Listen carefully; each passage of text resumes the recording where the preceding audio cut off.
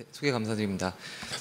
제가 받은 주제가 크리티컬 림 이스케미아의 카테터월 안지오젯 스트롬벡토미였는데 결국 뒤에 이제 주신 부제를 봤을 때 어큐트 림 이스케미아를 이제 중점적으로 다뤄보시라는 뜻으로 받아들이고 어큐트 림 이스케미아에서 엔도베스큘러 트리트먼트 스트래티지에 대해서 발표를 하도록 하겠습니다. 이제 어큐트 림 이스케미아는 갑자기 림 퍼fusion이 떨어지면서 생기는 문제로 소위 6P를 증상으로 하고 발생 인시던스는 한 10만 명 중에 22명으로 그렇게 높은 편은 아니지만 일단 발생하게 되면 앰퓨테이션이 10에서 15% 정도 하게 되고 1년 이내에 사망률이 15%에서 20% 정도에 달할 정도로 매우 위중한 질환입니다. 그래서 이것들을 잘 진단하고 잘 치료하는 것이 아주 중요하게 되는데 그 병의 원인으로 가장 흔한 것은 아테리얼 엠볼리즘으로 특히 카디악 오리진으로 에이트리얼 피브릴레이션이 있거나 뭐 LV 디스펑션이나 아니면 이제 밸브 오피라신 분들에게서 떨어져 나간 스롬보스가 엠볼리즘을 일으켜서 생기는 경우가 가장 많고 그 외에 뭐 DVT에 의한 파라독시컬 엠볼리즘이나 그리고 그 플락 럽처나 아뉴리즘 등에 의한 아테리얼 스롬보시스 등으로 인해서 발생할 수 있는 것으로 알려져 있습니다. 이제 기본적으로 예전에 가장 고전적이고 이제 오랫동안 해왔던 치료는 사실 포가티 아테리얼 엠볼렉토미로 1963년에 이게 처음 발표가 되어 있는 것으로 되어 있습니다. 그래서 벌룬으로 불려서 싹 끄집어내서 이 한 번에 스롬보스가 딱 제거되는 것을 보면 속도 시원하고 아주 빠르고 그래서 좋긴 한데 이게 어쨌든 간에 안에 이제 벌룬으로 불리고 그 혈관 안에 벌룬을 불리고 당기는 그런 과정에서 아테리얼 럽처나 베슬 다이섹션이나 아니면 향후에 이제 루미널 스테노시스가 좀 더 잘 생기는 것으로 알려져 있고 이런 것들이 결국 그 혈관 벽에 가해지는 그런 바로 트라우마라 그 엔도셀륨이 데노딩 되면서 생기는 것으로 알려져 있습니다. 그래서 어큐트 림 이스케미아가 발생했을 때 현재 AHA 가이드라인은 결국은 뭐 표는 보면 되게 복잡하게 보일 수 있는데 바이어블하지 않은 것이면은 림이면은 바로 빨리 앰퓨테이션을 하고 바이어블한 림에서는 빨리 리바스큘레이제이션을 해라 6시간 이내에 하도록 하는 것을 권장을 하고 있습니다. 그 하는 방법에 대해서 이제 언급을 하고 있는 게 일단 리스크가 적게 빨리 아테리얼 플로우를 리스토레이션 할 수 있는 방법을 찾으라고 되어 있고 그 예로서 든 것이 카테터 디렉트 스롬볼라이시스입니다. 그리고 수술은 일단은 뭐 이제 서지컬 옵션은 로컬한 것이 이게 불가능할 경우에 서지컬 옵션도 고려해봐라 해서 일단은 CDT를 1A로 리커멘드하고 있습니다. 그래서 결국은 예전에는 이제 포가티를 위시로 한 그런 서지컬 트리트먼트가 이제 추가됐지만 이제 근래에 들어서 엔도베스큘러 세라피가 스트래티지가 발달을 하면서 이제 엔도베스큘러 트리트먼트가 많이 이제 시행이 되고 있는데 대표적으로 퍼큐테니어스 아스피레이션을 하거나 아니면 방금 말씀드린 CDT 카테터 디렉트 스롬볼라이시스를 하거나 파마코 메카니컬 스롬벡토미를 하는 경우가 많이 지금까지 시행되고 있습니다. 그래서 지금 국내에서 사실 가장 많이 시행되는 것은 퍼큐테니어스 아스피레이션 스롬벡토미가 되겠습니다. 가장 단순한 개념으로 스롬보스가 있는 곳을 카테터를 이용해서 빨대처럼 쭉 빨아서 이제 제거를 하는 것이 되겠고 이런 식으로 엠볼리즘이 있을 때 라지보 카테터를 이용해서 아스피레이션 해주고 이런 식으로 스롬보스를 제거해서 플로우를 재건시켜주는 것이 되겠습니다. 일단 가장 직관적이고 쉬운 방법이긴 한데 이게 테크닉적으로 결국은 와이어링하고 카테터를 넣은 다음에 빨아내고 다시 와이어링하고 카테터 넣고 빨아내고 이런 과정을 반복을 하기 때문에 일단 시술자 입장에서 와이어링을 반복적으로 해야 되고 또 빨아내는 과정을 또 이 두 가지 과정을 계속 반복적으로 해야 된다는 단점이 있고 그 과정에서 블리딩이 많을 수밖에 없습니다. 그래서 나중에는 뭐 피가 시술 끝난 뒤 시술방을 보면 피가 흥건할 정도로 되는 경우가 있습니다. 그리고 또 하나의 단점은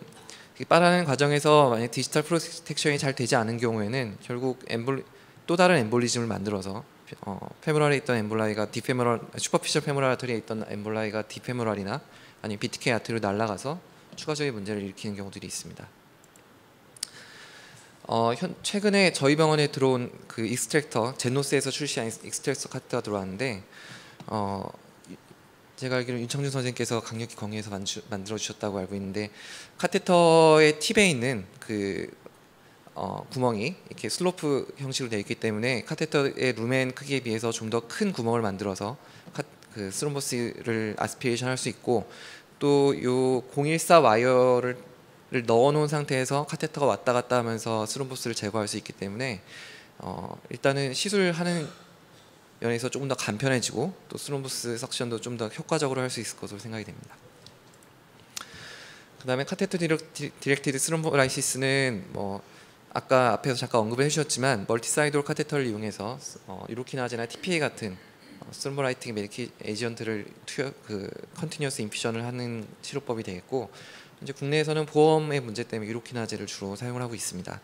그래서 유로키나제를 사용한 스롬보라이시스이기 때문에 당연히 뭐 최근 그런 스롬보라이틱 세라피에 컨트라인디케이션이 없는지 먼저 확인을 해보셔야 되고, 그래서 뭐 리센트 트라우마나 메이저 서저리가 있었다거나 뭐 블리딩 텐더시가 있다거나 이런 경우에는 사용할 수 없는 방법이 되겠습니다. 그래서 CDT에 관한 이제 과거의 연구, 대표적인 연구가 스타일 연구와 토파스 연구가 있는데, 어큐트 리미스케미아 환자에서 서저리와 비교해서 이제 CDT를 시행해 봤을 때 림 살비지 레이트가 더 좋고 모탈리티 베네핏이 있었고, 토파스 연구는 전체적으로 이제 CDT랑 서저리를 비교했던 건데 오버롤하게는 차이가 없었는데, 이제 어큐트 리미스케미아 있는 환자들만 이제 서브 그룹으로 어나리시스 해봤더니 앰피테이션도 주는 결과들이 나타나서 이 두 가지 연구를 이제 근거로 해서 그 이후에 나왔던 가이드라인에서는 이제 CDT를 다 이제 어큐트 리미스케미아에서 권유를 하기 시작했습니다. 근데 이제 제가 이 CDT를 할 때 항상 고민하는 게 과연 이 유로키나제 도즈라는 게 도대체 어떻게 맞춰야 되는지가 항상 고민이고, 어디 명확하게 이렇게 제시되어 있는 것이 없습니다. 그래서 리뷰 아티클 같은 걸 봐도 지금 이게 UK 도즈 같은 게 쫙 제시가 되어 있는데, 이렇게 많이 제시가 되어 있다는 건 아주 확립된 그런 방법은 없다는 반증도 되겠습니다. 근데 일단은 지금 아까 방금 언급드렸던 토파스 연구 같은 데서 보면 거기서 이제 분당 4,000 유닛을 인퓨전을 했을 때 헤모리지 리스크는 적고 스몰라이트 에피커시는 크다라고 이제 결과를 제시를 하였고, 그래서 이게 이제 시간당 따지면은 24만 유닛이라서 처음에 24만 유닛을 인퓨전 하다가 그 다음에 차차차 용량을 낮춰가는 식으로 이제 보통 스룸모라이시스를 시행을 하고 있고, 저희 병원 같은 경우는 초기에 이제 20만 유닛을 투약하다가 10만, 5만 유닛으로 줄여가면서 시행을 하고 있습니다. 그래서 이게 유로키나제가 이제 정작 미국에서는 거의 퇴출된 약이라서 이제 최근 연구 결과가 없고, 비슷하게 좀 찾아봤더니 2014년에 이제 유로키나제를 이용한 해외 연구가 발표된 것이 있어 봤더니, 그때도 마찬가지로 25만 유닛에서 줄여서 25만 유닛을 볼수로 주고 20만 유닛을 4시간 동안 주고 그 후에 5만 유닛씩 이제 컨티뉴어스 인퓨전하는 식으로 진행이 되고 있었습니다. 근데 이런 CDT가 효과도 좋고 어큐트 리스케미아에서 림살비즈를 잘 시켜주고 하기 때문에 좋은 면이 많이 있으나, 결국은 이게 스롬보라이틱 에이전트가 고용량이 들어가야 되기 때문에 항상 그 시스테믹 블리딩 컴플리케이션이 발생할 가능성이 있고, 특히 인트라크라니얼 헤모리지 같은 것이 발생하게 되면 페이탈한 결과가 나타날 수도 있습니다. 그리고 이게 결국은 시간이 걸리는 치료법이라서 보통 연구 결과들을 보면 최소 평균적으로 하루 1.5일이 걸리고, 그 사이에 이제 치료가 잘 되는 군도 있지만 그 사이에 결국은 림 로스로 진행하는 경우도 있기 때문에 그런 점들이 CDT의 한계라 할 수 있고, 또 진료하는 입장과 환자 입장에서도 ICU에서 이 모니터링이 필요하기 때문에 그런 과정에서도 또 불편한 점이 있습니다. 최근에 이제 많이 각광을 받고 있는 것은 파마코메카니컬 스롬벡토미인데, 파마코메카니컬 스롬벡토미는 말 그대로 이제 약물과 메카니컬한 요소를 같이 이용해서 이제 스롬벡토미를 시행하는 방법이 되겠고, 이것이 이 방법만 이제 보통 딱 요거 하나만 사용한다기보다는 이거와 CDT를 병행을 해서 그 스롬보스를 마서레이션하고 리무브를 하는 방식이 되겠습니다. 그래서 뭐 레오라이틱 스롬벡토미, 뭐 로테이셔널 스롬벡토미, 그리고 아까 앞에서 잠깐 이주영 선생님께서 말씀해 주신 울트라사운드를 사용한 그런 스롬벡토미 디바이스들이 출시가 되어 있고,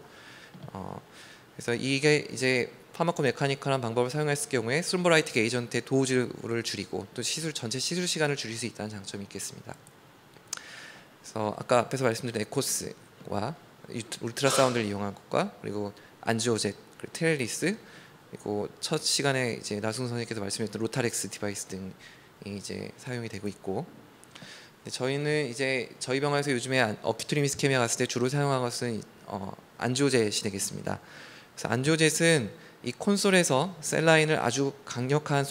빠른 속도로 쏴주고 그 셀라인이 결국 카테터 팁에서 역방향으로 분출이 되면서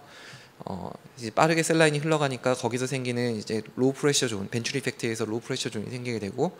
그것을 이용해서 이제 스롬보스를 마서레이션해서 아스피레이션하는 방식이 되겠습니다. 그래서 카테터는 아까 그 이중 선생님이 말씀해 주셨던 질란대 8프렌치 카테터도 있지만 솔렌대 같은 6프렌치의 6프렌치 혈관 베슬 다이아미터 3mm 이상에 쓸 수 있는 솔렌대 카테터가 있고 이곳을 보통 아테리얼 엠볼렉토미를 할 때 사용을 하게 되고 또 파워펄스 모드를 이용해서 유로키나즈를 미리 이제 인듀엘 시켜서 그 효과를 좀 더 극대화를 시키게 되어 있고 사용하실 때 주의할 시점은 플로우가 있는 상태에서는 총 240초, 플로우가 없는 상태에서는 480초까지 사용할 수 그 시간을 잘 지켜서 사용하셔야 된다는 것이 있습니다. 그래서 케이스를 잠깐 보여드리면 바로 그저께 오셨던 환자분이십니다. 그 듀얼 밸브 리플레이스먼트 수술을 하고 APB 있는 환자분이셨는데 와파린을 잘 드셨음에도 불구하고 INR이 잘 맞지 않고 그 상태에서 이제 어큐트 미스케미아로 응급실로 내원을 하셨는데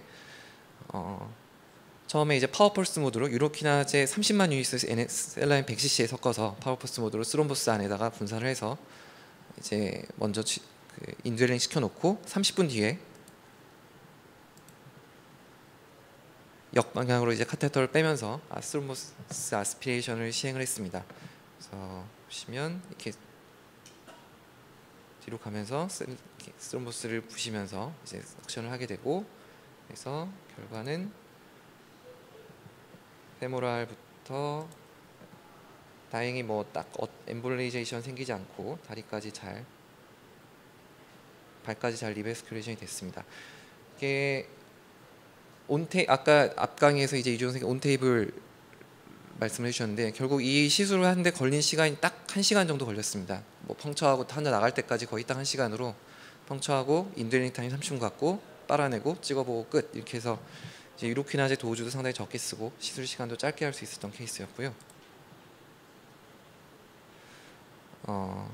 이분도 어큐트 이스케미아가 있었던 환자고 이분은 그 BTK 아터리 쪽에도 다 스테노시스가 있어서 결국 BTK 인터벤션까지 하고 해결이 됐던 환자인데 이분도 역시 유로키나제 도우즈는 30만 유닛만 쓰고 SFA 쪽의 스노보스는 모두 다 해결을 했던 케이스였습니다. 폴리미티아 엔트레먼트 신드롬 같은 경우는 사실 이게 엔도베스쿨러 세라피만으로 치료할 수 있는 질환은 아닌데 당시에 이제 어쨌든 환자가 이제 시비한 페인을 호소하고 오셔서 당시 일단 리바스큐레이션을 먼저 시행을 했었고 향후에 이제 서지컬 디커플레이션도 같이 시행을 해드렸습니다. 이분 같은 경우도 이분은 이제 비교적 스롬보스 버든이 적다 판단해서 유로키나제 도우즈는 20만 유닛만 사용하고 30분 동안 인듀얼한 뒤에 아스피레이션해서 해결했던 케이스였습니다. 그래서 안지오제 시스템은 이제 아까 말씀드린 것처럼 그런 스롬보스를 마서레이션 해서 리무브를 하는 그런 시스템이기 때문에 그 상황에서 레드블러스 RBC에 헤몰라이시스가 생기게 되고 그런 것이 헤모글로빈 유리아를 발생시키게 됩니다. 저는 해보면 거의 100% 생기는데 이제 이것이 너무 과도하게 되면 이제 포타슘도 올라가고 어큐트 키드니 인저리도 생길 수 있기 때문에 시술 후에 하이드레이션을 잘 해서 환자의 랩도 잘 팔로우를 하셔야 되고 그리고 이건 아마 제가 실제로 경험한 건 아니고 과거에 이 안지오젯이 코로나리 아트리에 쓰였던 적에 아마 나왔던 컴플리케이션 생각이 되는데 하트 근처에 사용했을 때 브라디아리디미아도 생길 수 있는 것으로 알려져 있습니다. 동물 모델에서 사용했을 때 이것이 한 4분의 1 정도에서 마이너 또는 이제 한 모더레이트 정도 되는 그런 베슬 인저리도 일으킬 수 있는 것으로 알려져 있기 때문에 너무 과도하게 이제 시행하는 것은 좀 지양을 해야 될 것 같습니다. 안지오젯을 이용한 어큐트 미스케미아에 관한 임상 연구는 펄 레지스트리가 있는데 총 283명의 환자를 대상으로 했고 그 중에 26%가 바이올림 그리고 38%가 마지널 스레튼드 림이었고 35%가 훨씬 더 위중한 환자들이었습니다. 그래서 이 환자들의 석세스 레이트가 83% 그리고 그 중에 절반 정도가 추가적인 뭐 CDT가 필요 없이 바로 그 자리에서 해결된 것으로 결과는 상당히 좋았던 것으로 생각이 되고 12개월 동안 팔로우를 했을 때 서바이벌과 프리덤 프롬 모탈리티도 림 서비지 레이트와 그리고 그 서바이벌도 81%와 91%로 좋게 나왔었습니다. 그래서 결론으로 말씀드리면 어큐트 미스케미아는 매우 이제 클리니컬한 게 아주 크리티컬한 질환이기 때문에 빨리 잘 치료해 주는 것이 중요하고, 이제 기존의 서저리가 잘 시행을 되고 있었지만 최근에는 이제 엔도베스큘러 세라피로 많이 치료를 하고 있습니다. 그중에 이제 안지오젯을 이용한 그런 PMT는 제 베슬 인저리도 적게 하고 로우 도즈 스롬보라이틱 에이전트의 용량도 줄일 수 있고 프로시저 타임도 줄일 수 있다는 장점이 있습니다. 하지만 뭐 이 방법 하나만으로 다 해결될 수 있는 건 아니기 때문에 아까 말씀드린 케이스 바이 케이스로 아스피레이션 하는 경우와 CDT와 이런 PMT를 다 이제 복합적으로 잘 사용을 해서 환자 치료에 적용을 해야 될 것으로 생각이 됩니다.